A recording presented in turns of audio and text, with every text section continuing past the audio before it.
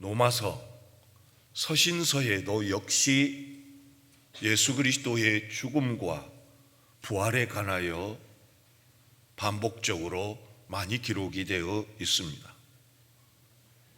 이렇게 계속 많이 반복해서 기록된 이유는 뭐냐 하면 그만큼 중요하다는 것입니다. 중요하기 때문에 또 말씀하고 또 말씀하고 또 듣도록 그렇게 하고 있는 것을 알 수 있습니다. 근데 우리는 반복되는 것을 별로 좋아하지 않지만 우리 주님의 뜻 가운데서는 중요한 것이기 때문에 더 많이 기록했고 더 반복해서 말씀하고 있다는 사실입니다.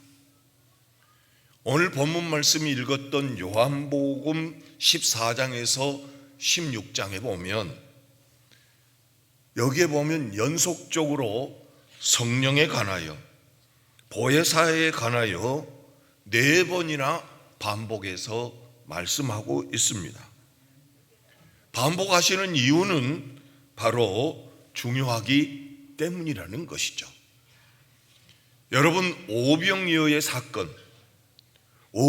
사건은 사복음서에 다 기록되어 있습니다. 그만큼 그 말씀이 우리에게 큰 영향을 미치고 있기 때문에 그 말씀을 사복음에서 다 기록하고 있다는 사실입니다. 근데 성령을 예수님께서 뭐라고 명칭을 하셨느냐 하면 보혜사라 그렇게 명칭을 했습니다. 여기서 보혜사라고 하는 것은 무엇이냐 하면 돕는 자라는 의미입니다. 돕는 자다. 그리고 중재자이고 변호자이고 위안자이고 남을 돕기에 부름받은 자다라고 말씀하고 있습니다.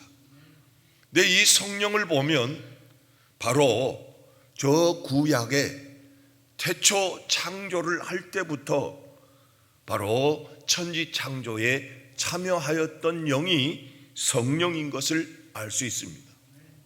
뿐만 아니라 예수 그리스도가 이 땅에 탄생할 때에 성령님께서 오셔서 그의 몸에 잉태케 하셨고, 그리고 예수 그리스도께서 세상에 계실 때에 예수님의 능력과 권세에 관여하셨던 분은 바로 성령인 것을 알 수 있습니다.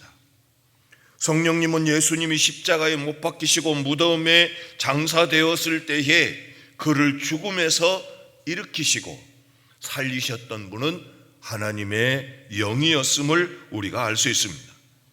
뿐만 아니라 선지자와 사도들의 마음을 감동시켜서 선지자들에게 사사들에게 성령의 감동을 시켜서 하나님의 사명을 감당할 수 있도록 했고 놀라운 역사를 만들어내도록 했던 것도 역시 성령께서 하셨습니다.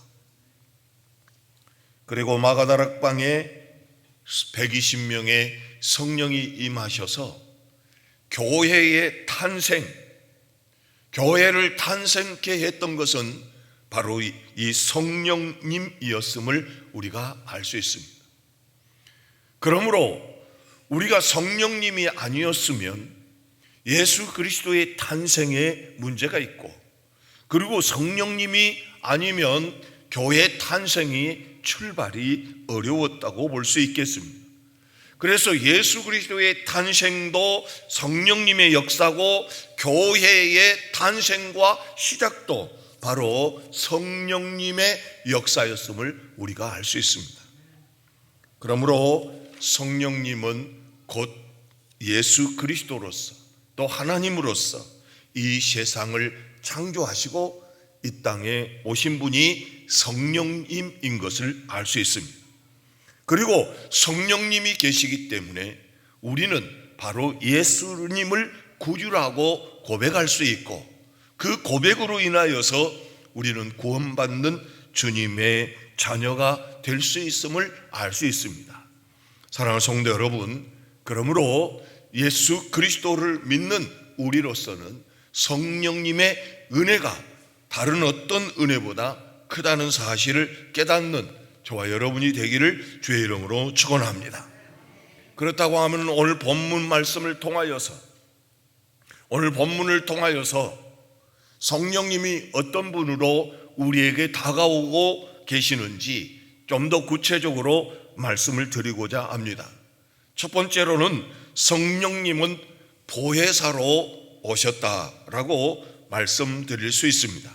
16절에 보면 내가 아버지께 구하겠으니 그가 또 다른 보혜사를 너희에게 주사 영원토록 너희와 함께 있게 하리니 라고 말씀하고 있는데, 여기에 다른 보혜사라고 말하고 있습니다.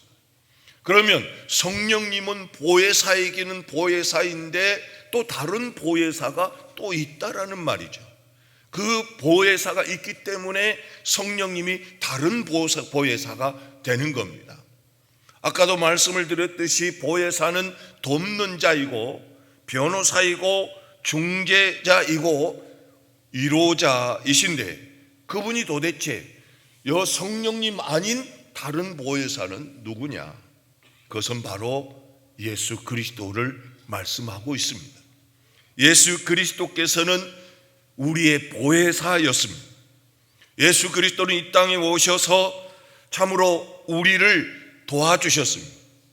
우리 예수님께서는 이 땅에 오셔서 복음을 전파하시고, 그리고 병든 자 많은 사람들을 세워서 그들을 살려주고 고쳐주었습니다.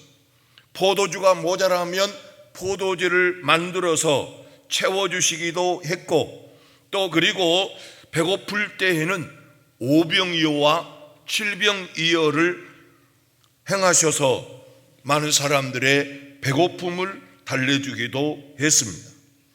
그리고 예수 그리스도는 하나님의 나라에 대해서 모를 때에 하나님 나라에 대하여 알려주셨습니다. 그리고 하나님에 대해서도 알려주셨습니다. 뿐만 아니라 우리 예수님이 이 땅에 오셔서 바로 저 십자가에 죽으신 이유는 우리를 바로 구원하시기 위하여, 구원을 돕기 위하여 이 땅에 오신 분인 것을 알 수 있습니다. 그러므로 예수 그리스도는 우리를 돕는 자로 오셔서 죄에서 도저히 빠져나올 수 없는 우리, 죄악에서 멸망받고 저 지옥에 갈 수밖에 없는 우리를 건져내소서 바로 하나님의 자녀가 되게 하시고 영생을 얻게 하신 분이었음을 우리가 알 수 있습니다. 그런데 그뿐만 아니라 우리 예수님은 승천하셔서 저 하나님 우편에 앉아 계시는데, 지금도 우리의 보혜사로서 우리를 돕고 계시는 것을 알 수 있습니다. 요한 1서 2장 1절 말씀에 보면 이런 말씀이 있습니다. 나의 자녀들아, 내가 이것을 너희에게 쓰면 너희로 죄를 범하지 않게 하려 함이라. 만일 누가 죄를 범하여도 아버지 앞에서 우리에게 대언자가 있으니, 대언자가 있으니 곧 의로운 예수 그리스도라.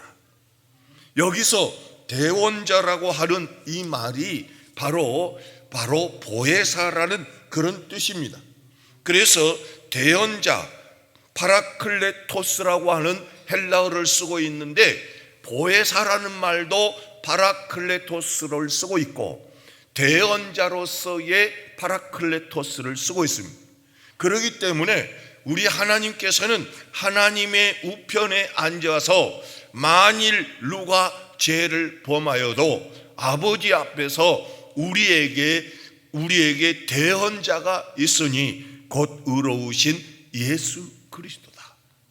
예수 그리스도께서 우리가 죄를 범하였을 때에 대언자로서, 변호자로서 우리의 죄를 대변해 주시고 우리의 죄를 용서케 해 주시는 분이 누구냐 하면 예수 그리스도라는 말씀입니다. 로마서 8장 34절 말씀에 보면 누가 정죄하리요?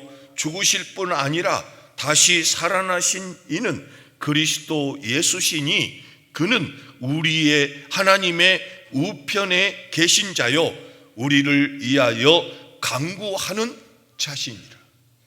우리를 위하여 간구하고 계신다. 무엇을 위해서 간구합니까? 우리의 연약함을, 우리의 부족함을 위하여 간구하고 부르짖고 있는 분이 누구냐 하면 예수 그리스도라는 말씀입니다. 로마서 8장 26절 말씀에도 보면 이와 같이 성령도 우리의 연약함을 도우시나니 우리는 마땅히 기도할 바를 알지 못하나 오직 성령이 말할 수 없는 탄식으로 우리를 친히 간구하시느니라. 성령님께서 우리를 위하여 간구하고 계시듯이 우리 예수님께서는 하나님의 우편에 앉으셔서 우리의 연약함을 위하여서, 우리의 부족함을 위하여서, 우리의 죄를 위하여서 하나님 앞에 간구하며 참으로 주님의 은혜를 입기를 원하도록 간구하고 계신 분이 누구냐? 우리 예수 그리스도라는 사실입니다. 사랑하는 성도 여러분, 그러므로 저 하나님의 나라에 계신 우리 주 예수 그리스도가 보혜사라면 또 다른 보혜사는 성령이신데 성령께서도 우리의 연약함을 도우시면서 우리가 마땅히 기도할 바를 알아야 되는데 알지 못하고 기도하지 못할 때에 성령님께서 우리를 위하여 말할 수 없는 심정으로 탄식하며 우리를 위하여 친히 간구하고 계신다. 그러므로 보혜사는 우리의 돕는 자요, 우리 주 예수 그리스도까지 우리의 돕는 자인 것을 믿는 저와 여러분이 되기를 주의 이름으로 축원합니다. 우리가 세상에서 사탄을 감당할 수 없고 세상에서 믿음으로 살아가기가 어렵습니다. 악이 우리를 넘어뜨리고 무너지게 하면 한없이 무너질 수밖에 없는 존재가 우리 아닙니까? 그런데 우리 성령님께서 우리 곁에 계셔서 우리를 돕고 계시기에 우리는 무너지지 않고 여기까지 오게 된 줄로 믿습니다. 그러므로 성령님은 보혜사다라고 볼 수 있습니다. 두 번째로 우리 성령님은 어떤 분이냐? 17절에 보면 그는 진리의 영이라 세상은 능히 그를 받지 못하나니 이는 그를 보지도 못하고 알지도 못함이라. 그러나 너희는 그를 아나니 그는 너희와 함께 거하시며 또 너희 속에 계시겠습니다.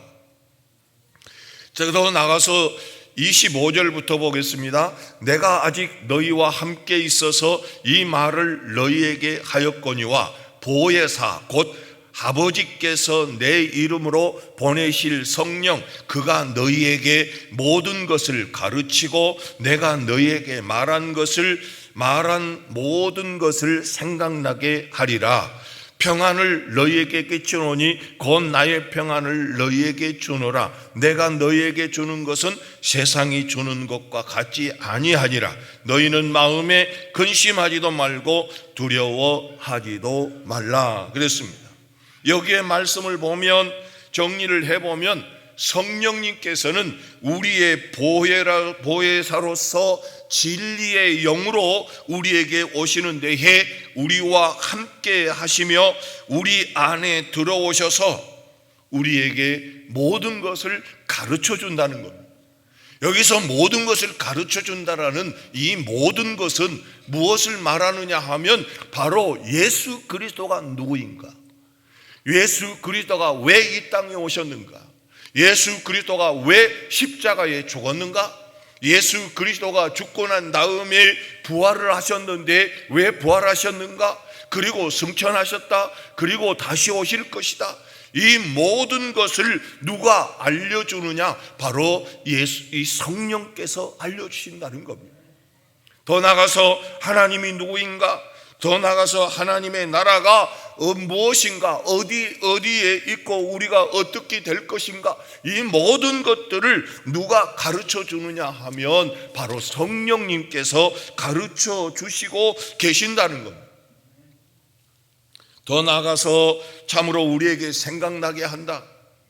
하나님의 말씀을 우리는 늘 기억하지 못하고 또 살다 보면 어려운 일 만나면 예수 그리스도를 잊어버리고 또한 주님의 은혜를 잊어버리고 살아가게 되는데 그때마다 성령님께서 우리를 깨우쳐주고 알려준다는 겁니다. 생각나게 한다는 것입니다. 너는 바로 그리스도인이고 바로 예수 그리스도는 누구이고 이런 모든 것들을 늘 생각나게 하고 알게 하셔서 그 구원의 길에서 인도하고 계시는 분이 누구냐 하면 우리 예수 그리스도이고 성령이라는 것이죠.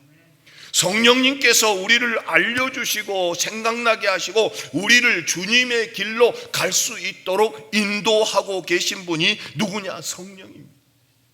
만약에 성령님께서 우리를 인도하지 않으신다면 우리는 길을 제대로 찾아갈 수가 없고 저 하나님의 나라에 들어갈 수도 없겠지요. 그러나 성령님께서 계셔서 우리를 인도하고 계시기에 절대로 천국에 가는 길을 잊어버린 일 없는 역사가 있을 줄로 믿으시기를 축원합니다.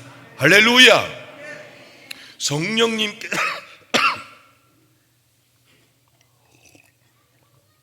성령님께서 우리와 함께 하시고 또 우리 안에 들어오시고 우리에게 알게 하시고 생각나게 하시고 우리를 인도하셔서 주님의 길을 갈 수 있도록 하시는 분이 누구냐?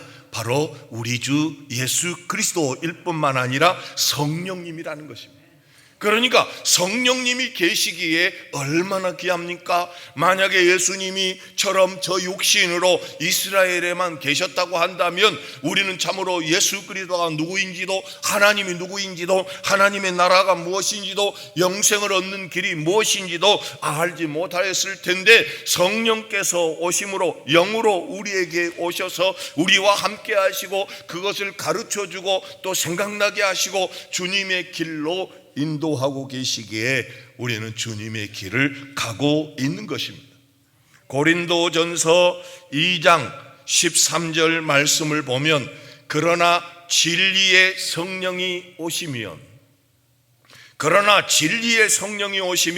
그가 너희를 모든 진리 가운데로 인도하시리니 그가 스스로 말하지 않고 오직 들은 것을 말하며 장래 일을 너희에게 알리시리라. 여러분 이거 보십시오. 성령께서 우리를 어디로 인도합니까? 진리 가운데로 인도한다는 것입니다. 진리가 아닌 거짓으로 인도하는 것이 아니라 성령께서 인도하시는 그 길은 진리로 인도하십니다. 더 나가서 뭐합니까? 장래일을 너희에게 알리시리라. 우리에게 성령께서 오심으로 인하여서 우리는 진리의 길로 인도함을 받고 있기에 죄악되고 거짓된 길을 가는 것이 아니라 바로 옳은 길로 가고 있고 주의 길로 가고 있다는 사실입니다.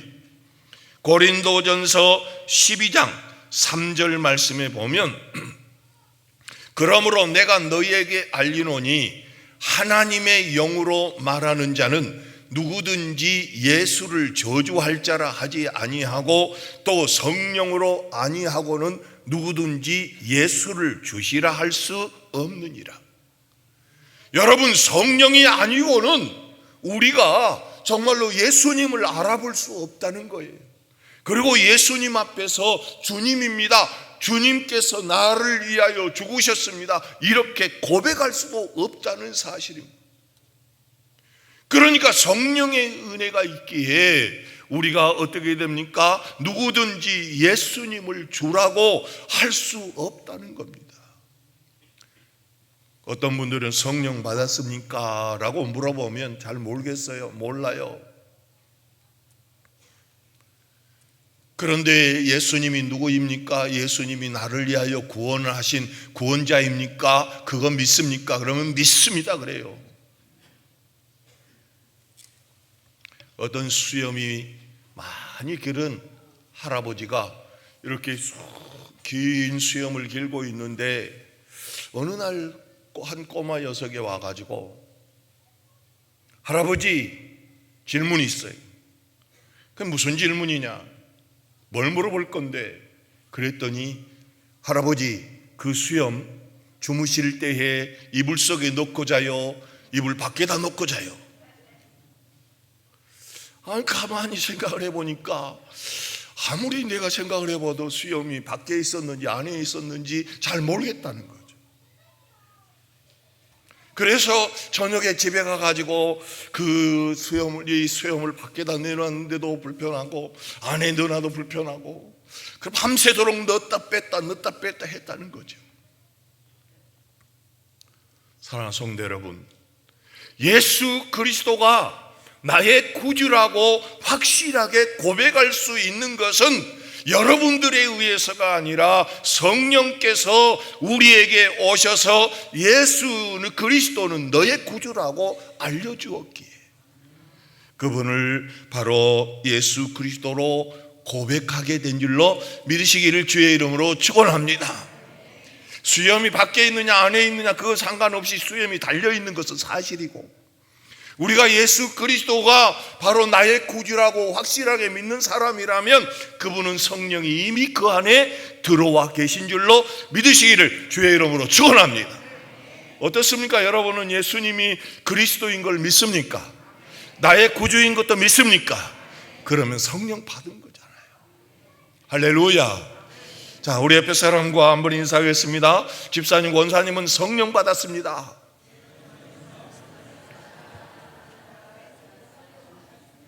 그 할아버지처럼 안에 있는지 밖에 있는지 잘 몰라 그렇게 대답하면 안 되고 성령님은 내 안에 계십니다 라고 고백하기를 주의 이름으로 축원합니다.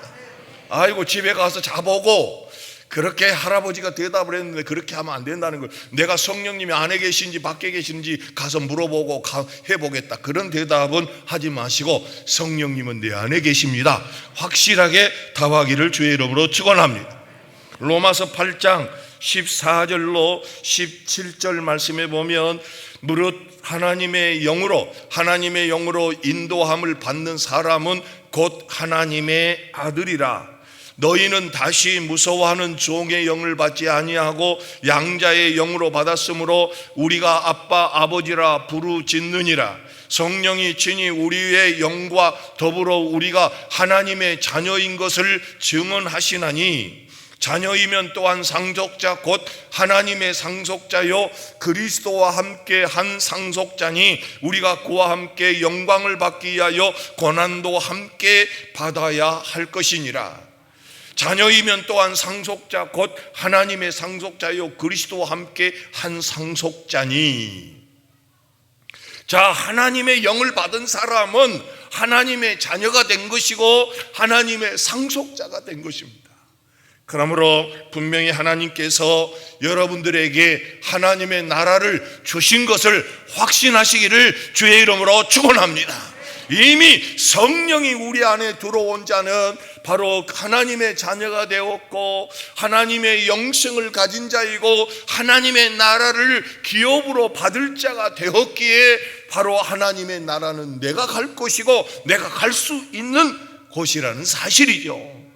그러므로 또다시 말씀을 드리지만 성령님이 내 안에 계신 자는 바로 하나님의 자녀고 하나님의 상속자인 것을 확실하게 믿으시기를 주의 이름으로 축원합니다. 믿습니까? 하나님 나라의 상속자인 거 믿습니까? 영생 얻은 것도 믿습니까? 그것은 성령이 내 안에 계시기 때문에 가능하다는 말씀입니다. 요한복음 16장 8절부터 11절 말씀에 보면 이렇게 말씀이 있습니다.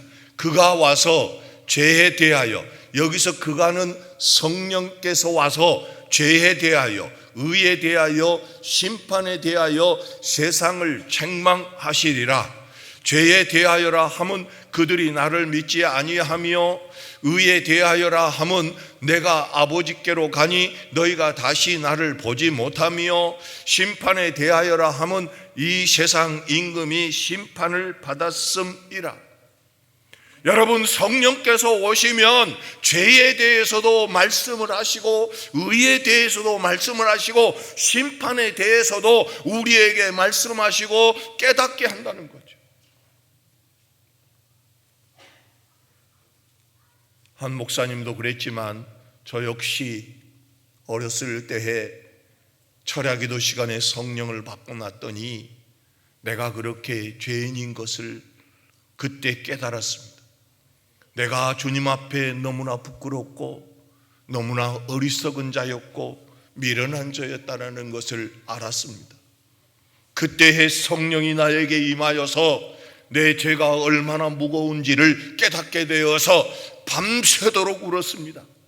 다른 사람이 가든 안 가든 건 상관없이 하나님 앞에 엎드려서 나는 죄인이라고 나 같은 죄인 살려주시니 감사하다고 밤새도록 울었던 적이 있습니다.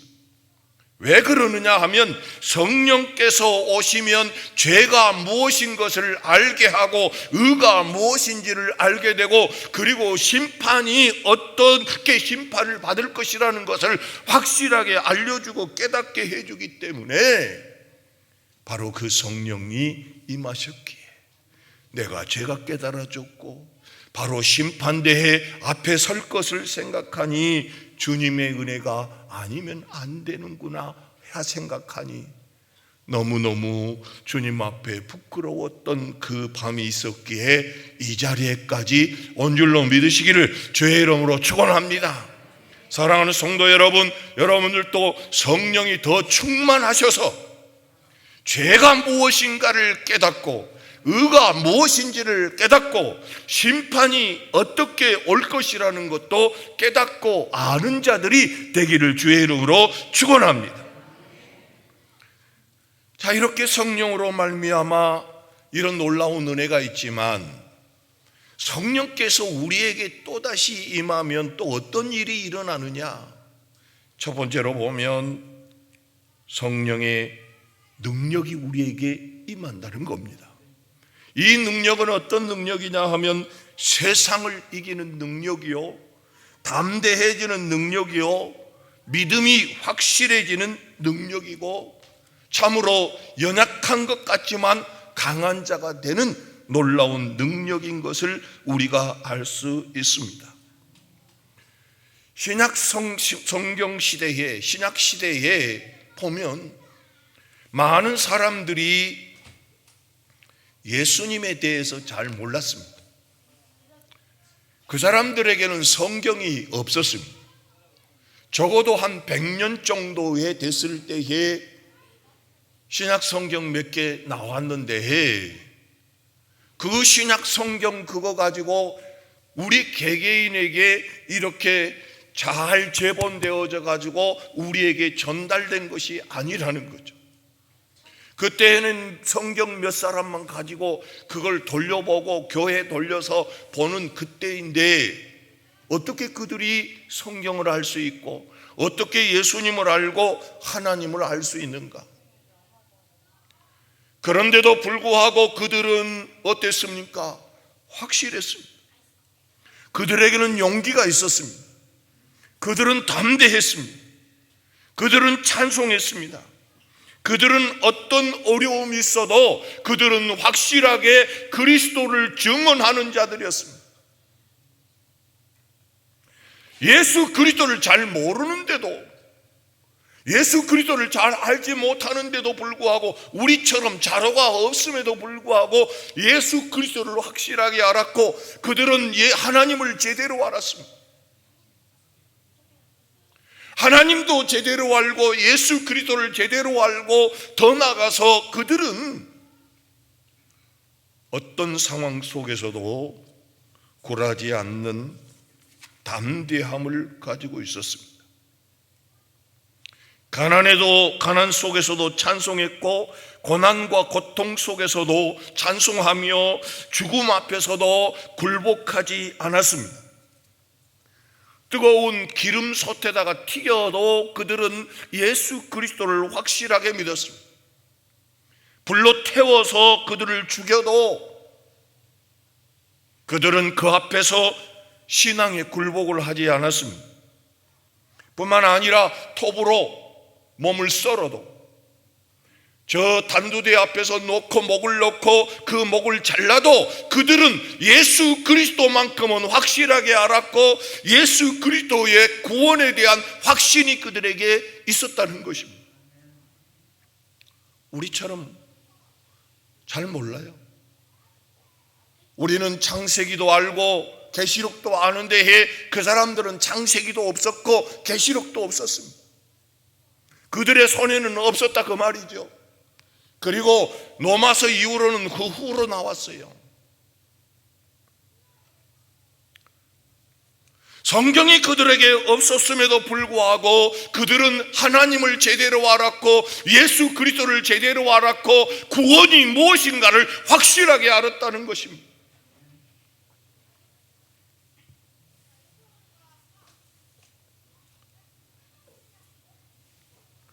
뭐다 말뚝을 받고 원흥 경기장에서 놓고 배고픈 사자들이 팔뚝을 잘라 먹고 목을 물어 뜯어도 그들은 찬송합니다. 감옥 속에 들어가도 찬송을 하고 매를 40에 하나 감한 매를 두들겨 맞아도 그들은 절대로 물러서지 않습니다. 왜 그랬습니까? 어떻게 알았습니까? 어떻게 그들이 강하고 담대한 자가 되었습니까? 바로 성령의 역사였지요.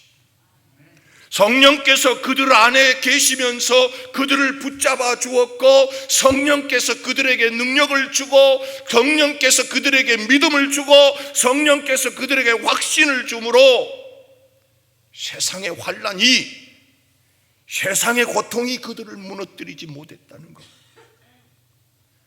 세상의 어떤 것들도 그들을 주저앉히지 못했습니다.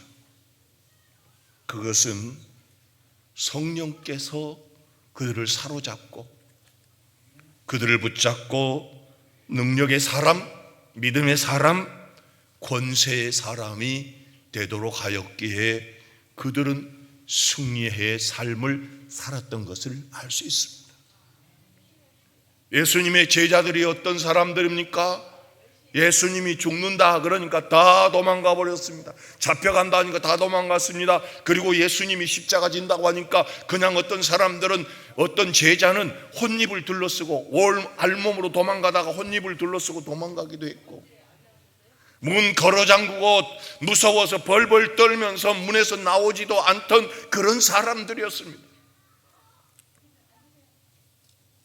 그런데 그들이 완전 달라졌습니다. 완전 변했습니다. 완전히 새로운 존재로 되어진 걸 볼 수 있습니다. 어떻게 변했습니까? 어떻게 그들이 참으로 놀라운 기적을 만들고 놀라운 그 세상의 권세 앞에서 당당히 설 수 있었던가? 예수 그리스도만이 구원이요 예수 그리스도만이 영생이요 예수 그리스도만이 하나님 나라의 길이라고 담대하게 질 수 있었는가? 그것은 성령의 충만함이었습니다. 사랑하는 성도 여러분, 여러분들은 성령이 그 안에 계시는데 이 세상에서 어떤 모습으로 살아가고 있는지 우리가 생각해 봐야 할 시간입니다. 로마서 8장 35절에 37절 말씀에 보면 누가 우리를 그리스도의 사랑에서 끊으리요? 환난이나 공고나 박해나 기근이나 적신이나 위험이나 칼이랴. 기록된 바 우리가 종일 주를 위하여 죽임을 당하게 되며 도살당할 양같이 여김을 받았나이다 함과 같으니라. 그러나 이 모든 일에 우리를 사랑하시는 이로 말미암아 우리가 넉넉히 이기느니라. 세상의 환난, 세상의 고난, 세상의 어려움, 세상에 참으로 어떤 부족함도 이겨낼 수 있는 우리 성도들이 되기를 주의 이름으로 축원합니다. 빌립보서 4장 12절로 13절 말씀에 보면 나는 비천에 처할 줄도 하고 풍부에 처할 줄도 알아. 모든 일 곧 배부름과 배고픔과 풍부와 궁핍에도 처할 줄 아는 일체의 비결을 배웠노라. 바울이라는 사람은 원래 예수 그리스도를 핍박하던 사람, 교회를 무너뜨리는 사람인데, 그가 예수 그리스도를 만나고 성령의 감동이 되어지니까 그는 세상에 나가서 하나님의 말씀을 전했는데 때로는 비천했습니다. 때로는 정말로 가난했습니다. 때로는 두들겨 맞고 죽은 자처럼 버려지기도 했습니다. 그런데 그가 13절에서 이렇게 말합니다. 내게 능력 주시는 자 안에서 내가 모든 것을 할 수 있느니라. 할렐루야. 사랑하는 성도 여러분, 우리가 한 예수 그리스도를 믿고 성령이 내 안에 계신 자라고 한다면 우리도 능력 주시는 자 안에서 모든 것을 할 수 있음을 확실하게 믿는 그런 성도가 되기를 주의 이름으로 축원합니다. 이름만 대면 누구도 금방 알 수 있는 유명한 한 분의 이야기를 하려고 합니다. 그는 어머니와 사랑하는 세 형님들이 차례로 급사하는 것을 보았습니다. 6.25 때는 아버지와 가족들이 눈앞에서 공산당에게 학살당하는 것을 목격했습니다. 그는 8.15와 6.25의 사선을 수없이 헤매다가 참으로 25시의 주인공처럼 기적적으로 살아났습니다. 어린 시절 사랑하던 잘생긴 동생 하나가 불놀이를 하다가 불에 타 죽던 날 밤, 그는 그 죽어가는 동생이 당하는 고통과 숨막히는 슬픔을 그 자리에서 체험했습니다.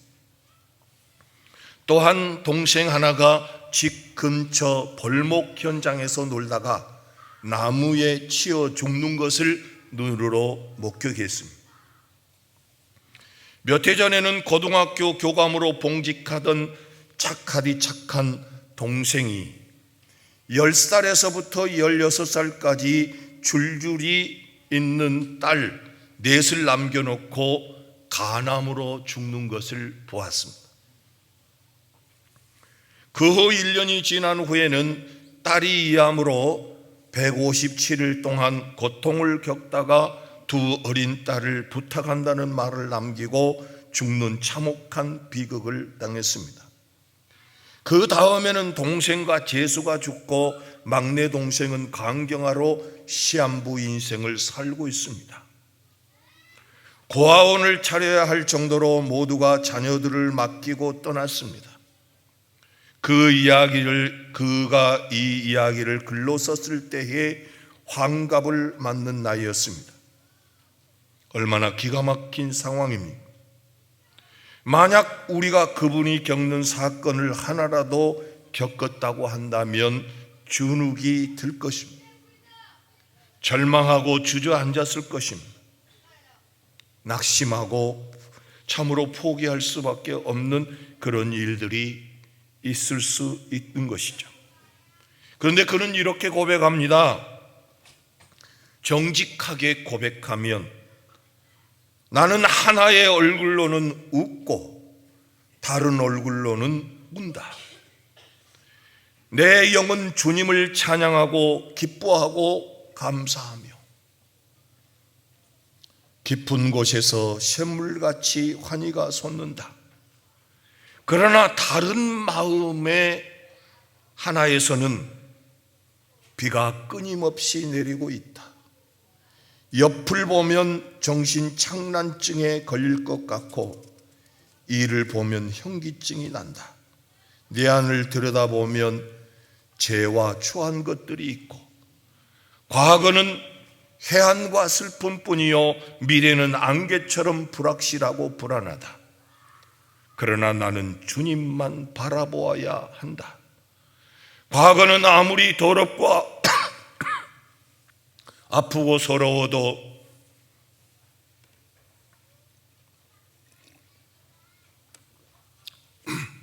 내일과 새해와 미래는 때묻지 않는 순수한 페이지, 무한한 잠재적 가능성, 공주 같은 처녀성이 백지같이 열려있다. 시집가는 처녀처럼 새날을 맞이하여 새집에서 새살림 꾸려 새사람을 살자. 한 해 한 해를 사는 것이 아니다. 하루하루를 사는 것도 아니다. 한 발자국, 한 호흡, 주님을 사랑하며 창세기 첫날처럼 날마다 영원한 첫사랑으로 살자. 주님을 호흡하며 살자. 내게 깊은 위로와 감사와 찬송과 평안이 있다. 그것은 내게서 나온 것 아니라, 그것은 내게서 나온 것이 아니라 성령이 은혜로 내게 주시는 것들이다. 사랑하는 성도 여러분, 이 사람이 어떻게 사람이라면 살아갈 수 있겠습니까?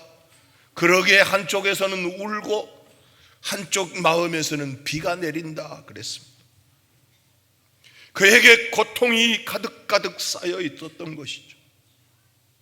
그러나 한편의 마음 속에서 하늘을 바라보고 주님을 바라보니 그 마음 속에서 찬송이 나오고 감사가 나오고 평안이 나오더라는 것입니다. 이것은 성령님이 내게 주시는 은혜라고 고백하고 있습니다. 사랑하는 성도 여러분, 우리는 성령 받은 사람입니다. 우리는 성령의 은혜로 살아가는 주님의 귀중한 자녀입니다. 세상이 아무리 어렵고 세상에 환난이 있다고 할지라도, 세상이 악하고 강팍하다고 할지라도, 나를 힘들게 하는 것들이 있다고 할지라도, 나는 성령 받아 예수 그리스도를 알고 영생을 가졌고 하나님의 자녀가 되어서 하나님 나라를 기업으로 받을 귀중한 존재가 된 것은 성령님의 은혜입니다. 그 성령님의 은혜로 저 예수님의 제자들과 선지자들이 담대하게 세상을 이겨낸 것처럼 여러분들도 세상을 이기는 자가 되셔서 하나님께 영광을 돌리는 우리 성도들이 다 되시기를 주의 이름으로 축원합니다. 기도하겠습니다. 거룩하시고 자비로우신 아버지 하나님, 우리 예수 그리스도께서 가시면서 우리에게 다른 보혜사를 보내주시니 감사합니다. 이 땅에 오셔서 우리를 구원의 길로 인도하셨던 주님께서, 길을 만드셨던 주님께서 바로 예수 성령께서 오심으로 말미암아 우리가 그 길을 갈 수 있도록 인도하고 계신 것을 믿습니다.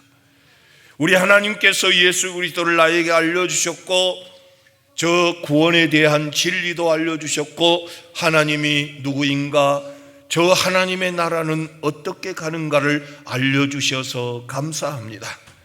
그 놀라운 그 사실을 확실하게 믿는 저희들이 되게 하여 주시니 감사합니다. 그 믿음 가지고 세상을 이기는 자가 되게 하여 주시옵소서.